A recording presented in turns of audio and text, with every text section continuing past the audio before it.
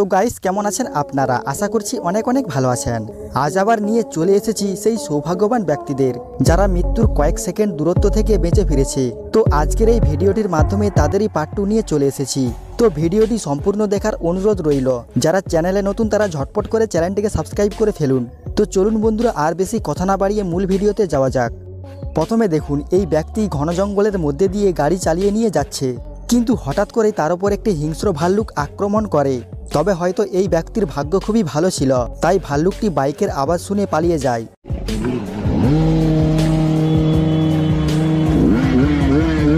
এখানে এই মেয়েটির ভাগ্য দেখুন, দুইটি গাড়ির ভয়াবহ সংঘর্ষের মাঝেও তিনি কিভাবে বেঁচে ফিরলেন। এই ভিডিওটি দেখুন, এখানে একটি মেয়ে রাস্তার সাইডে হেঁটে যাচ্ছে। রাস্তার দিক থেকে একটি গাড়ির টায়ার খুলে ছুটে আসছে। তারপর দেখুন,